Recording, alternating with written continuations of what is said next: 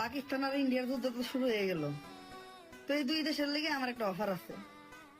যদি এই যুদ্ধে আপনাকে আর্মি লাগে তাহলে আমাকে লগে যোগাযোগ করেন।